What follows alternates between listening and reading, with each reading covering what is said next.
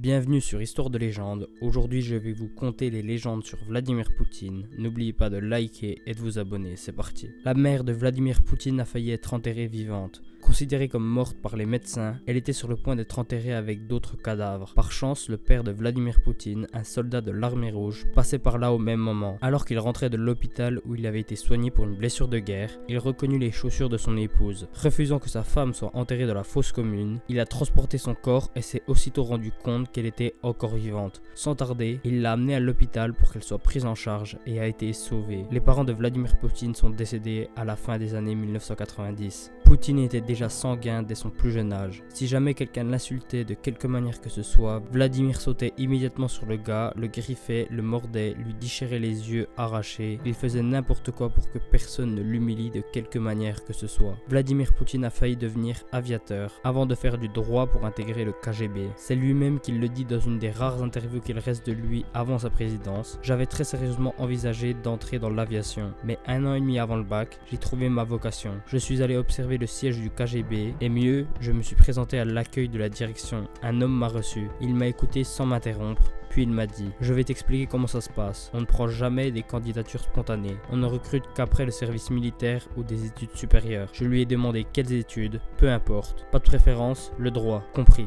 C'est alors qu'il entra à la fac de droit de Leningrad. Vladimir Poutine a été chauffeur privé. En revenant de sa première mission du KGB à Dresde, après la chute du mur de Berlin, il fut chauffeur privé. C'est encore une fois lui qui le dit. Parfois, il fallait que je gagne un peu d'argent en plus. Je veux dire, gagner de l'argent supplémentaire avec la voiture. En tant que chauffeur privé. C'est désagréable d'en parler pour être honnête, mais malheureusement c'était le cas. Il a été à la tête des services secrets russes puis Premier ministre. Vladimir Poutine grimpe rapidement les échelons et se retrouve nommé à la tête du FSB, l'organe qui a succédé au KGB dont il a démissionné en 1991. Puis il est nommé Premier ministre sous Boris Eltsine durant les conflits en Tchétchénie et prononça cette phrase « Buter les Tchétchènes jusque dans les chiottes ». Lors de sa rencontre avec Angela Merkel, la chancelière allemande, il a emmené un chien. Vladimir Poutine a conservé le sens du détail et du renseignement pour prendre l'avantage sur ses interlocuteurs. Exemple en 2007, lors d'une de ses premières rencontres avec la chancelière allemande Angela Merkel. Angela Merkel n'a peur de pas grand chose, mais elle a peur des chiens. C'est alors que Vladimir Poutine rencontra Angela Merkel accompagnée d'un chien. Vladimir Poutine est ceinture noire de judo 8e dan, un grade qui le place au-dessus par exemple d'un certain Teddy Riner qui a seulement 5 dan.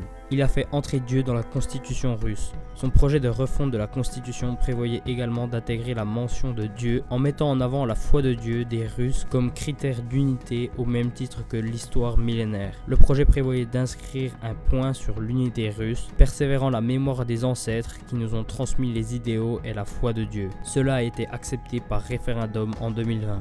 Poutine a divorcé. En 2013, après des mois de rumeurs et l'absence d'apparition publique depuis le printemps 2012 de sa femme, le couple présidentiel russe a officialisé son divorce d'abord dans un communiqué du Kremlin, puis via plusieurs interviews de son ex-femme. Notre mariage est terminé parce que nous nous voyons à peine. Vladimir est complètement submergé par son travail. Nos enfants ont grandi, chacun vit sa propre vie et je n'aime pas vraiment la célébrité. Sa femme se remariera 2 ans plus tard avec un homme d'affaires russe. Poutine a 2 filles officielles. De son mariage avec son ex-femme, Vladimir Poutine a eu 2 filles. Le président russe a soigneusement conservé le mystère sur ses filles, posant peu en leur compagnie. Maria, l'aînée, est née à Saint-Pétersbourg le 28 avril 1985 et est devenue une scientifique réputée en endocrinologie. La cadette, Katarina, née à Dresde en 1986, a fait sa carrière dans le rock acrobatique avant de basculer dans le monde des affaires. Elle gère plusieurs fonds, notamment de soutien à des scientifiques ou de développement de l'intelligence artificielle. Connais-tu ces légendes sur Vladimir Poutine? Réponds-moi en commentaire.